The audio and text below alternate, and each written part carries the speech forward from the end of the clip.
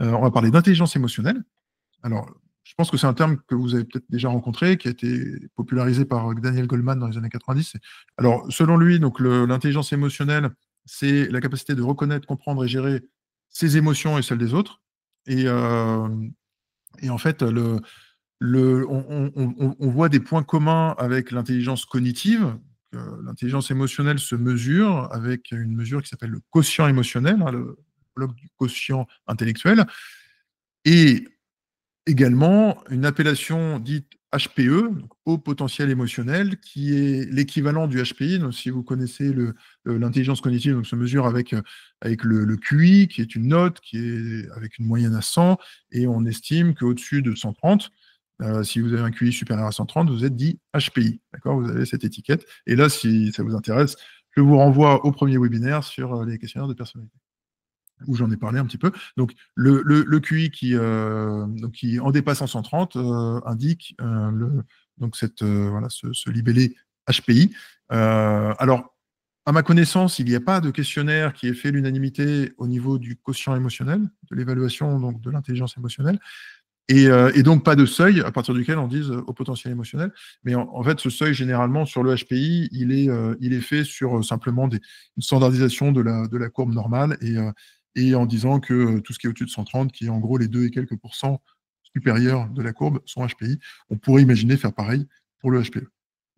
Mais aujourd'hui, c'est pas fait. C'est une notion qui est complètement différente de l'hypersensibilité, dont j'ai aussi parlé dans le premier webinaire.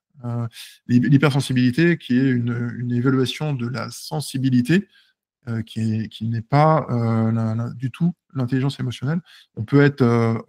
Voilà, c'est deux concepts complètement différents. On peut être très sensible et avoir une forte intelligence émotionnelle, c'est-à-dire avoir beaucoup d'émotions, mais savoir les gérer, savoir les nommer et conjuguer avec, de la même manière qu'on peut aussi avoir une faible voilà, émotionnalité ou quoi, et pour autant avoir aussi faible intelligence émotionnelle. Bref, c'est vraiment deux concepts complètement différents. Aujourd'hui, je me concentre sur l'intelligence émotionnelle, et l'intelligence émotionnelle, comme l'intelligence cognitive, a deux parties. Une partie innée, d'accord, qui va être stable dans le temps, et une partie qui s'acquiert, donc qui se développe. Et cette deuxième partie, on appelle ça les compétences émotionnelles. Les compétences émotionnelles qui peut-être a fait l'objet de plus de recherches dernièrement, et qui reprend un petit peu les trois premiers piliers de Goleman, d'accord, identification, compréhension, régulation, et toujours avec cette distinction intrapersonnelle, hein, mes émotions propres, et interpersonnelle, c'est-à-dire arriver à se connecter aux émotions des autres, et en rajoutant l'expression et l'utilisation des émotions. On arrive à un petit tableau.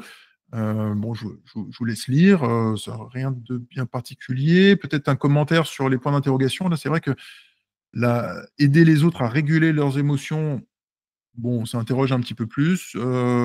Éventuellement, peut-être oui, les aider, oui, mais est-ce que ça fait partie des compétences émotionnelles de savoir aider les autres à réguler leurs émotions?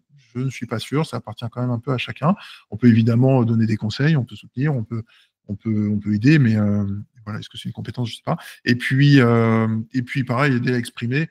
Bon, à part si on est dans de l'éducation parentale et qu'on parle d'un enfant voilà, à qui évidemment, on va apprendre à identifier une émotion, à la nommer, à l'exprimer de manière saine, d'accord. Par exemple, la colère, à savoir nommer la colère, savoir peut-être apprendre à la réguler, mais aussi apprendre à l'extérioriser de manière saine, voilà, sans taper sur les murs, sans casser des trucs.